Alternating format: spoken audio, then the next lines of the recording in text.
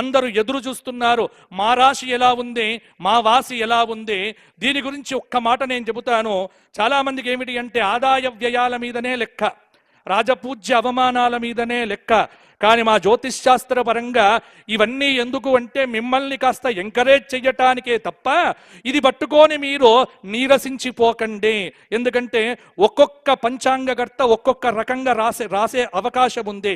కాబట్టి అన్నింటినీ సమన్వయం చేసుకొని మీ వ్యక్తిగత జాతకంలో మంచి దశలు నడుస్తూ ఉంటే ఈ గోచారంలో ఇప్పుడు పెద్దగా ఇబ్బందులు అనేటువంటివి మీకు ఉండవు.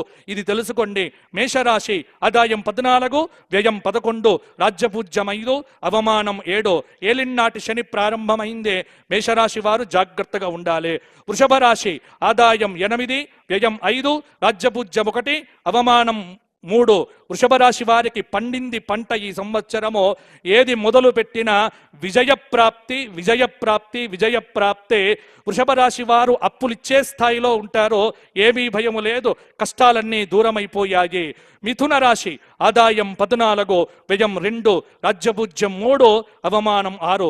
మిథున రాశి వారికి ఈ సంవత్సరము మధ్యస్థ ఫలితాలు ఉండబోతున్నాయి. వృత్తి స్థానంలో ఉన్నటువంటి శని యొక్క ప్రాభవ వీక్షణం చేత కొంత శ్రమ ఉన్నప్పటికీ ఆరోగ్యాన్ని కాపాడుకుంటే మంచిది. కర్కాటక రాశి ఆదాయం 8, వ్యయం 14, రాజ్యపూజ్యం 7, అవమానం 6. కర్కాటక రాశి వారికి ఈ సంవత్సరము కొంత మంచి మార్పులే కలగబోతూ ఉన్నాయి.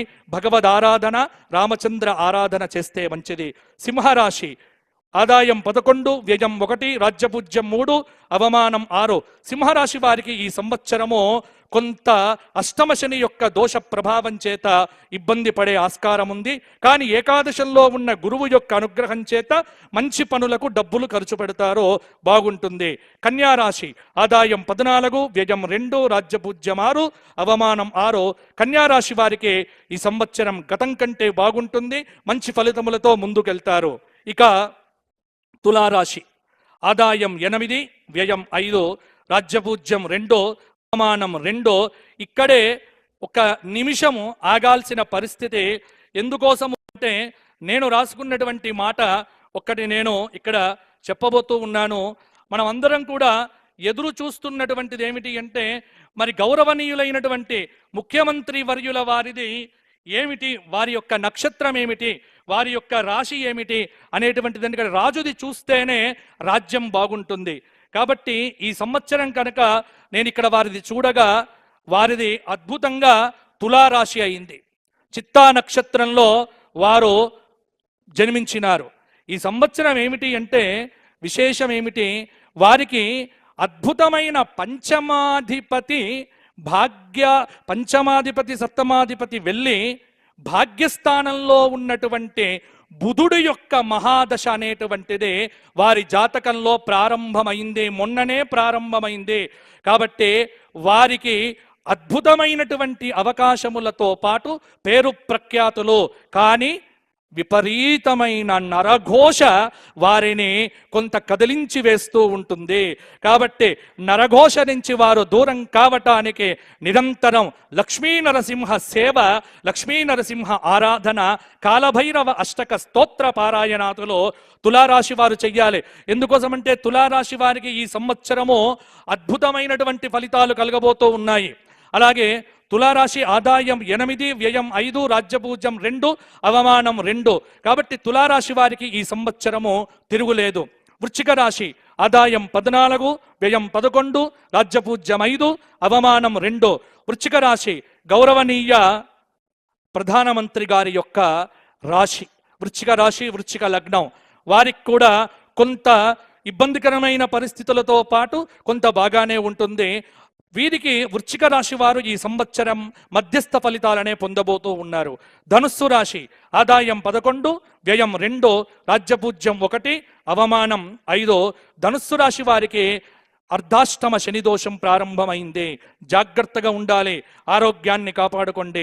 మకర రాశి ఆదాయం 5, వ్యయం 5, రాజ్యపూజ్యం 4, అవమానం 5.